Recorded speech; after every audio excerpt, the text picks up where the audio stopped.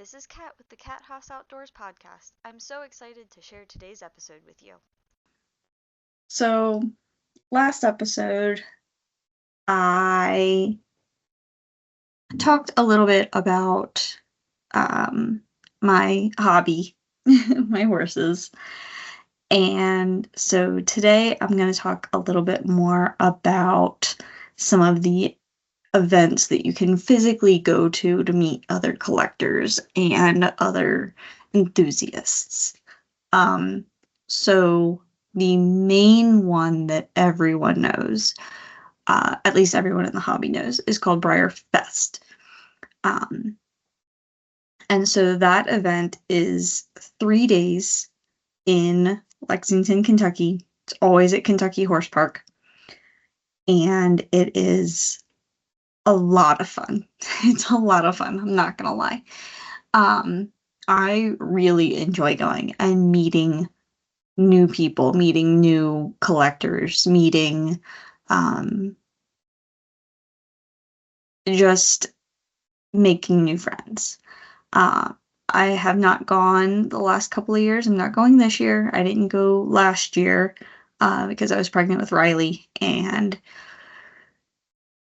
that much walking in the heat as pregnant as I was would not have been safe, on top of the fact that Riley ended up being born 6 weeks early. So it could have even perpetuated the labor and made him come even sooner, which would have just not been safe at all to be that far from home. So with your ticket, and there are 3 levels of tickets to physically go to the event. There's the general admission ticket. So every year they come up with a set of stablemates. And if you don't remember stablemates from the last episode, they are these little guys. They're little, they're small, they don't take up a ton of space. I have all of my stablemates in my windowsill. I'll have to share a picture of that at some point when it's less cluttered. But I have all of my stablemates fit in this windowsill here. That's how small they are. They don't take up a lot of space like all these guys. But anyway, they come out with 4, and the names, the horses don't match the theme, but the names do. So if you get a general admission ticket, you get one of the 4 randomly selected. You do not get to pick it. You don't know which one it is. It is totally random. If you get what is called the All Access Pass, it's the next ticket level up, you get the celebration horse. Every year they pick one horse. It's a real horse. And the celebration horse is like a special guest. That horse also typically attends and does all kinds of exhibitions in the main arena. So you can go and watch this horse perform and learn more about them. So last year was I believe he was a Dutch warm blood, I think.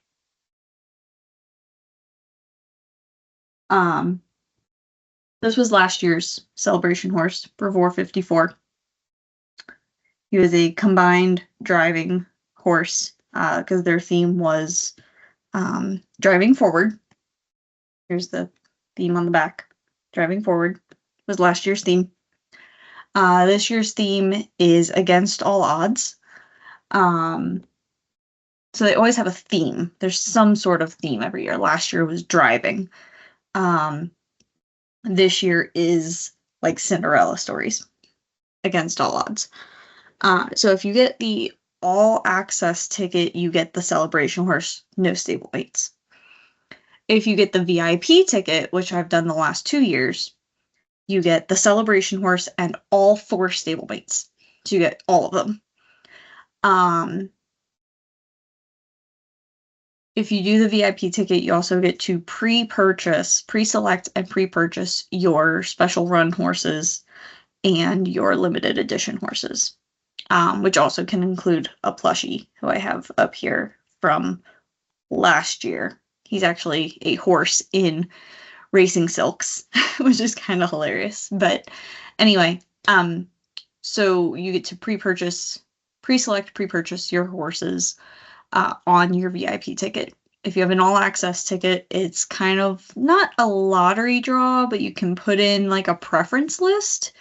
And then based on availability, they go down the preference list and you get to select which ones you want to purchase.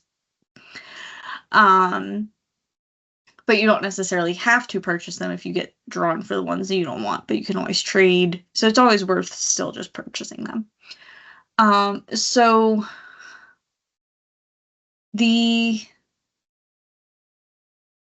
where to start? So the special run horses are usually a little more expensive to purchase, and they're also more limited. So let me see if I can grab one real quick. Who do I have that is a special run? Easily accessible. You. So this was a special run from 2022?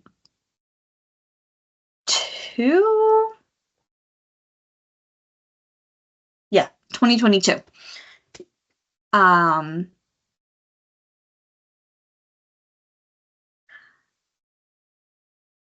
This was actually a surprise horse. So what they had done was they had it's a surprise horse. So until you get to the event, you have no idea what mold it's on, and you have no idea what colors it will be offered in, whether they're realistic or not. And I have never been a huge fan of this mold. But when they revealed that this was the surprise horse and this was one of the colors, he's this gorgeous dapple gray paint on, this is called the Cleveland Bay mold. He's kind of big. He's actually very big. When I saw this guy, he's got blue eyes. He's absolutely gorgeous. I fell in love. And I had to have him. So not only do I have him in glossy, but I have him in matte finish. And then I have the matte finish chestnut leopard Appaloosa. And then I also recently acquired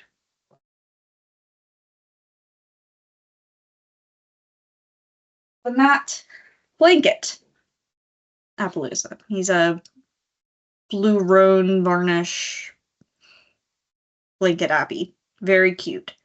I'd been chasing him for a while, but he got kind of expensive, and I found him for a really good price, so I had to get him.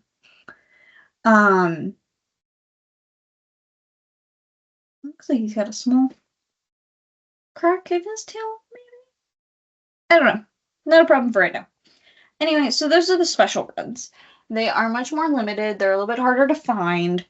And they can be kind of expensive to purchase secondhand. Some of them. Some of them are a little bit easier to find. On the flip side of that is what they call the limited editions. And they come in a box. They're all pretty. The box is themed. And some of them resell really well. Some of them sell out in a heartbeat. Some of them, they have piles of left at the end of the year. One of the special runs from last year, driving forward, was this one. I forget what the fancy name was, but they call her Tilly. This is the Othello mold. Again, very large mold, draft horse mold. And this one sold out online. You could not, it sold out like the first day or something. You could not buy this horse online, and she resells really well. But I really liked her, so I got one. I was slightly disappointed that her ear was through the box when I got her, but neither here nor there. She's fine. She survived. And she'll probably stay with me for a while because she is really pretty. Very large, but very pretty. But then the other thing that happens at Breyerfest that a lot of people don't talk about, but everyone knows about, is that a lot of the hotels allow you to basically like set up shop. And so you can have your door propped open and sell horses in your hotel room. And I bought quite a few of mine, some of the harder to find ones I bought in people's hotel rooms. It's also how you get better prices a lot of the time because then you're not shipping, you're not having to worry about PayPal fees. A lot of the time you pay cash. So, like, it's just a cash transaction, just like you would at a yard sale. And that's actually how I found this guy for super cheap, this paint horse here. That's Troubadour. It's how I found this gray bouncer. His name is Icicle. I forget what I show him as. I think I named him Valkyr. He's a cute little gray, glossy guy. I've gotten some of my harder to find horses for really good prices there. And that is like the number one thing a lot of people go for. They go to see the shows, yes. They go to meet the actual horses because you can go and meet the horses, which is kind of cool. Like one year they had one of the horses that plays Hidalgo. They had him there. They have all kinds of famous horses that come there. And so you can go and meet all of these famous horses and their owners and have your models signed or have the boxes signed. Like I have a set of horses that I bought. I bought 2 sets at Breyerfest. I bought one because I wanted to play with them. I was a kid. So I took them out of the box to play with them. But I have another set, exact same set, that will never leave their box because the box is signed by the owner and one of the horses has since passed on. And they will never leave their box because the box is signed and it's kind of special. So Breyerfest is really a good way to meet new friends, to meet up with collectors that maybe you don't see very often, to discover new horses, to discover maybe you took a break from collecting. I took a small break when I was in college and didn't have a whole lot of money or a whole lot of time, and I moved like 5 times in 2 years or something like that. So there was no point in me collecting models during that time because where was I going to put them? You know, all of these guys were, well, not all these guys because I didn't have all of these at that point, but a lot of these guys were in storage. So like, why would I buy more when I had all of my collection in storage at that point? So I just kind of didn't collect for a while. And when I came back to the hobby, so many horses had come out that I had to play a lot of catch up, which I think is why I went a little crazy purchasing horses for a period of time. I had horses coming in that I was keeping the boxes in my car for a couple of days so that I could unbox them when no one was home. Because I was ashamed of how many I was buying, but I also couldn't help myself. I have not had to do that anymore. I've played a lot of catch up. I've bought a lot of the horses that I wanted to buy. And right now in my life, you know, I've had to cut back on how many I can afford to buy. So now I'm not buying nearly as many because I just don't have the finances for them. And a lot of the ones I'm trying to sell, I have a lot that are actively for sale right now, that just aren't selling right now. People aren't buying right now. We're getting ready to hit Breyerfest because it's always the second full weekend in July. So, a lot of people are saving up for Breyerfest to buy all their horses in person, pay their hotels, Airbnbs, food, whatever. So that's Breyerfest, and that is a huge, huge event. On the other side of that, it's been in Denver, I think the last 3 or 4 years now, is BreyerWest. And that is essentially, they do a couple of workshops, but not much. And it's mostly just a model horse show, which I can do a whole nother episode on with a friend of mine that does a lot of showing and judging and all that. And she'll have way more details than I will, because I don't get to go to nearly as many shows as some of the other friends I have in the hobby, because I have 2 small children and I have other responsibilities, so I don't get to just go to all the shows that I want to go to, which is fine. It happens. The kids will get older, I'll be able to show more. So, BreyerWest is essentially one big show. And when I pulled that one horse off the shelf, it had a tag on its leg. I'll show you some of my leftover tags. So these tags have information about the horse on them, and you leave the tag on the horse's leg. And that's how they identify who the horse belongs to, because everyone has a number. And it has the breed of the horse, the gender.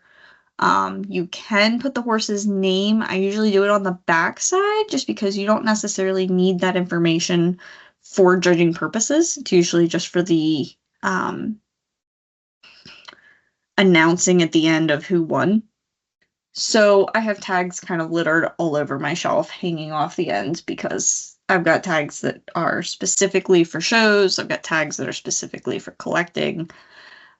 Like this guy has a tag around his neck because he does not show, but he's a collector's piece. So he's got a tag specifically for him. BreyerWest is one big show. Breyer used to, years ago, come out with a limited edition horse specifically for that event. They've not done that in recent years. What they've done recently is they just have been taking horses that do not sell very well, whether it's at Breyerfest or was a brick and mortar special or was some sort of limited edition horse, and they haven't sold. Not all of the horses sold, whether it just wasn't popular or they made too many or whatever the case may be. So last year at Breyerfest, this guy was for sale as a limited edition. And it's this guy here. This is HD Harkness. He's this guy right here that I'm pointing to. Super gorgeous. He's on a mold that I love. I love the Troubadour mold. Obviously, I have as many of them as I can get at this time. So for BreyerWest for 2024, because he did not sell very well at Breyerfest in 2023, they essentially just made him glossy, shiny, pretty goodness. Glossy goodness. And he still says Breyerfest on his belly, because technically these were already all made. And then anything that did not sell was taken out of their box, glossed, and put in bubble wrap, and then sold as a limited edition of, I think, 225, if I remember correctly, for BreyerWest specifically. You have to go in person with a photo ID to claim your horse, and you have to purchase it in advance. So because I love this mold so much, I have both the glossy and the matte finish, which I showed up here right there. So I have both because I just love him that much. But BreyerWest is essentially just one big model horse show. Now, typically that show is pretty basic. Like, it's just a straightforward show. You get ribbons, you get prizes, stuff like that. However, this past year for 2024, we had a new show manager, Heather Malone, who's amazing.